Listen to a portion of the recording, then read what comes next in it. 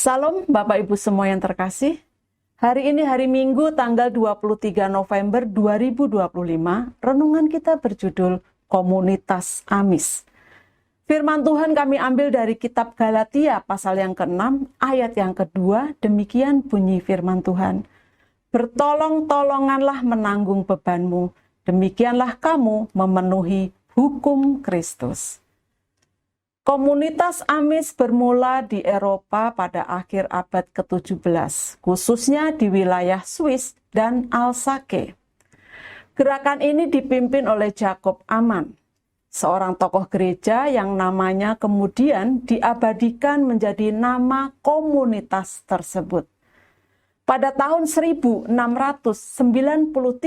terjadi perpecahan di antara kelompok Anabaptis yang menyebabkan terbentuknya kelompok Amis. Karena menghadapi tekanan dan penganiayaan di Eropa, banyak anggota komunitas Amis ini memutuskan untuk bermigrasi. Pada abad ke-18, gelombang besar Amis pindah ke Amerika Utara untuk mencari kebebasan beragama.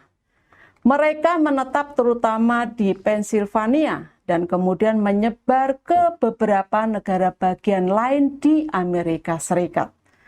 Sampai hari ini, komunitas Amis terbesar berada di negara bagian Pennsylvania, Ohio, dan Indiana. Ciri khas dari komunitas ini adalah gaya hidup sederhana. Mereka menolak teknologi modern seperti listrik, mobil, dan internet.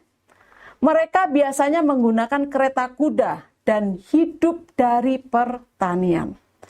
Mereka menekankan kehidupan komunitas, saling membantu, dan disiplin gereja yang ketat. Pakaian mereka sederhana dan seragam sebagai tanda kerendahan hati dan penolakan terhadap kesombongan duniawi. Mereka sangat menekankan prinsip damai dan menolak kekerasan serta wajib militer. Mereka mempraktikkan prinsip bearing one another's burden, atau artinya saling menanggung beban sesama dalam komunitas mereka.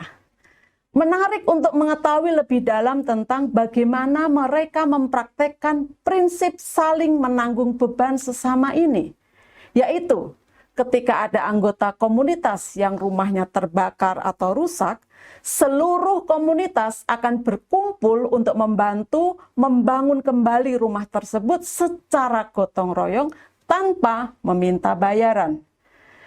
Jika ada keluarga yang mengalami kesulitan ekonomi atau sakit, anggota lain akan memberikan bantuan berupa makanan, tenaga, atau dana. Selain itu, mereka juga saling mendukung secara emosional dan rohani. Misalnya, dengan mengunjungi dan mendoakan anggota yang sedang berduka atau menghadapi masalah. Semua ini dilakukan sebagai wujud ketaatan pada perintah Tuhan, bertolong-tolonganlah menanggung bebanmu. Demikianlah kamu memenuhi hukum Kristus. Firman ini ditulis oleh Paulus karena jemaat di Galatia sedang menghadapi ajaran sesat dan perpecahan, sehingga mereka perlu diingatkan untuk hidup dalam kasih dan persatuan. Paulus ingin agar jemaat saling memperhatikan dan menolong sebagai wujud nyata dari iman kepada Kristus. Dengan demikian, komunitas yang kuat dan penuh kasih dapat terwujud sesuai dengan kehendak Allah. Bukankah prinsip ini juga tercermin dalam kehidupan jemaat mula-mula, di mana mereka saling membagi apa yang mereka miliki? Bagaimana dengan kita? Apakah kita juga sudah berusaha memenuhi hukum Kristus ini menurut kemampuan kita? Mari evaluasi diri kita masing-masing. Kata-kata bijak. Dengan berusaha untuk saling tolong dan memperhatikan, itu berarti kita sudah hidup dalam nilai-nilai hukum Kristus. Bapak Ibu, mari tundukkan kepala kita untuk berdoa. Bapa, aku ingin memenuhi hukum Kristus, yaitu bertolong-tolongan dalam menanggung beban. Aku ingin lebih peduli kepada sesamaku. Dalam nama Tuhan Yesus aku berdoa dan bersyukur. Amin. Puji Tuhan, selamat beraktivitas. Tuhan Yesus memberkati kita semua. Amin.